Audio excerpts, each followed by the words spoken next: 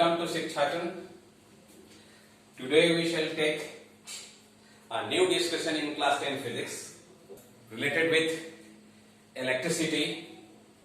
Before we start the discussion of Ohm's law, we take into consideration some basic facts. What are these basic facts? Let's discuss one by one. According to our day-to-day experience, based on our day-to-day experience, we find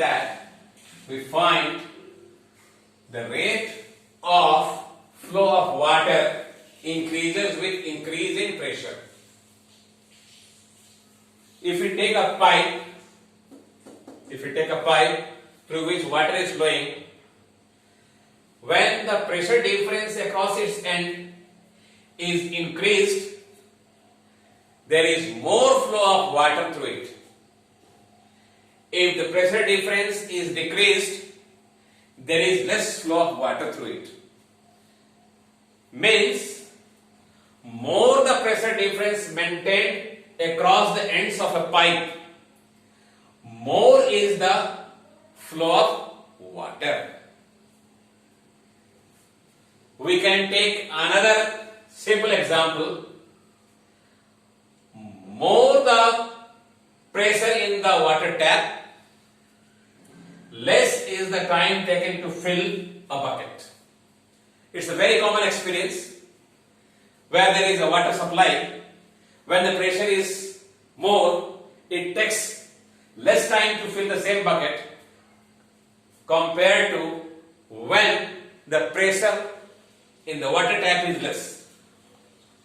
It means when there is increase in pressure in the water tap, it takes less time to fill the bucket. Based on these two day-to-day experience, what is our overall conclusion? Water current, that is rate of flow of water current increases with the increase in pressure difference across the ends of the pipe. Means, rate of flow of water, that is water current through the pipe, increases when the pressure difference across the ends of the pipe is more. Less the pressure difference, less is the water current. More the pressure difference, more is the water current.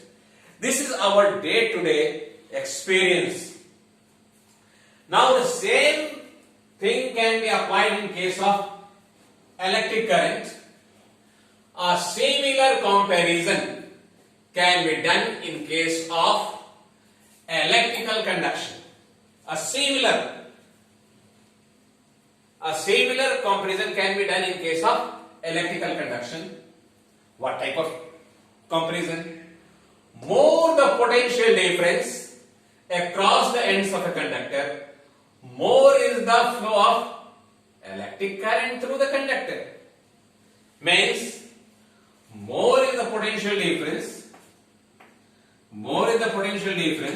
across the ends of the conductor, more becomes the rate of flow of charge, more becomes the current also. Means, we find a parallelism between a flow of water through a pipe and flow of electric charge through a conductor. As the pressure plays a role to determine the rate of flow of water, in the same way, the potential difference across the ends of a conductor determines the role of rate of flow of charge through it. Rate of flow of charge through it. This type of a study was carried by George Simon Ohm, and he concluded his experience in form of a law named after him, known as Ohm's law. Now we shall start with discussion of Ohm's law. What Ohm's law says: at a constant temperature, that is fixed temperature, the electric current flowing through a conductor is directly proportional to the potential difference applied across its ends. This was the law proposed by George Simon Ohm in 1826 to relate the variation of current flowing through a conductor at a constant temperature with the potential difference applied across its ends. What does it mean? If across a conductor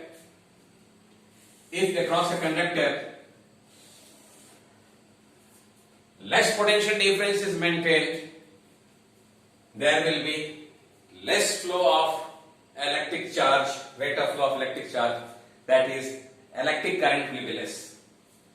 If we increase the potential difference across the ends of the conductor, suppose this is end A and end B, this is potential at end A and potential at end B. So if we increase the potential difference at end A and B, in that case there will be more rate of flow of charge through the conductor, hence there will be more current flowing through the conductor. If the potential difference becomes less, the rate of flow of charge will become less, hence the electric current will also become less. This statement can mathematically be written as I, that is electric current, is directly proportional to potential difference at constant temperature. At constant temperature of the conductor. Temperature of the conductor being constant, current flowing through a conductor is directly proportional to the potential difference. What does it mean? As many times the potential difference is increased, as many times the current flowing through the conductor will also get increased. Suppose the potential difference across the ends of the conductor is increased 2 times. The rate of flow of charge will get increased by 2 times. Hence the current will also get increased by 2 times. If the potential difference across the ends of the conductor is decreased to half, the current will also decrease to half. Here this is independent variable and this is dependent variable. For any variation in independent variable potential difference, there is a corresponding variation in the current, which is a dependent variable in this case. More the potential difference, more the current, less the potential difference, less becomes the current. This can be summarized as, it means as many times potential difference across the ends of a conductor at a constant temperature is increased or decreased, as many times the electric current through the conductor gets increased or decreased. If the potential difference is made 3 times, the current will also become 3 times. If the potential difference maintained across the end A and B increased up to 4 times, there will be 4 times the current. If the potential difference is reduced to half, the current will reduce to half. So as many times the potential difference across the ends of the conductor is increased, as many times the current will also get increased. As many times the potential difference across the conductor is decreased, as many times the current through the conductor will get decreased, provided the temperature of the conductor remains constant. Now here at this point, in case of previous discussion we have taken the case of pipe. In case of pipe, again we recall, when these are the 2 ends of the pipe, end A and end B, this is the pressure A and pressure B. Pressure at end. More the pressure difference at the ends of the pipe A and B, more will be the flow of fluid or water less the pressure difference, less will be the flow of water, less will be the water current. So there is a parallelism. Now this statement can, or this variation can also be written as in a converse way. Here V is independent variable. For every value of V, there is a corresponding value of I. This variation can conversely be written as, this variation can conversely, we can also say that V is proportional to, that is potential difference across the ends of a conductor is proportional to the current flowing through the conductor. It means more the current is flowing through a conductor at a constant temperature, it means more is the potential difference maintained across the ends of the conductor. Less the current flowing through a conductor at a constant temperature, it means less is the potential difference maintained across the ends of the conductor. Now this variation can be converted into equality if we remove the sign of variation, proportionality by sign of equality. According to the demand of mathematics, there comes a constant of proportionality, and here in this case we have taken constant of proportionality R. So we can rewrite this, remodify this variation V is directly proportional to I in form of a equation V is equal to Ri, and here R is constant of proportionality. Now we discussed about the physical meaning of R, the constant of proportionality. In case of Ohm's law, we have seen that V is equal to Ri, where R comes as a constant of proportionality. So what this constant of proportionality tells, we have to investigate about it. That's why we are going to discuss about physical meaning of R, the constant of proportionality. From Ohm's law, V is equal to Ri, where R is constant of proportionality. From equation 1, R is equal to V by I. Now one by one we shall try to investigate what R has its physical significance, or what is the physical meaning of R.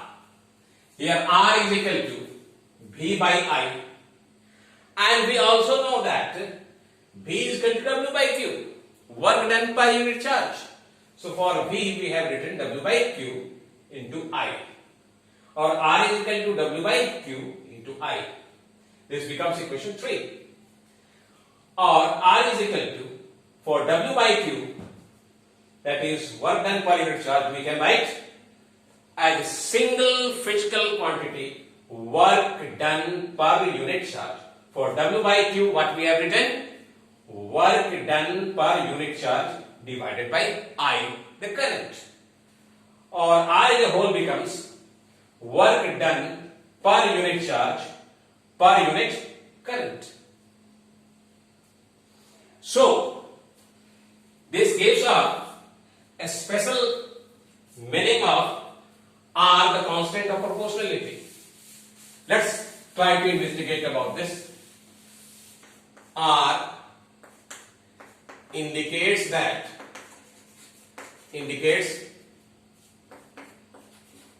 work done to set up unit current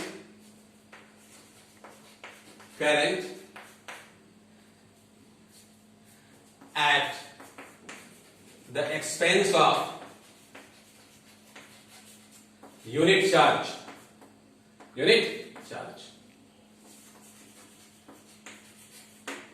R indicates, what R indicates? If you take R is equal to W and 1 unit of Q into 1 unit of I. So R, what does it indicate? Work done to set up unit current, 1 unit electric current. And how that 1 unit current? by using 1 unit charge. By using 1 unit charge. Now with this information in our mind, what do we conclude? More the work done to set up unit current at the expense of unit charge means more is the obstruction offered by the conductor to the flow of electric charge. Less the work done to set up unit current at the expense of unit charge means less the obstruction offered by the conductor to the flow of electric charge. And on this very basis,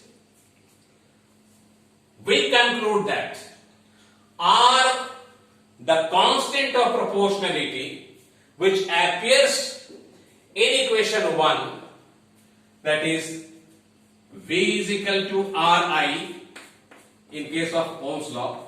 What does it indicate? It indicates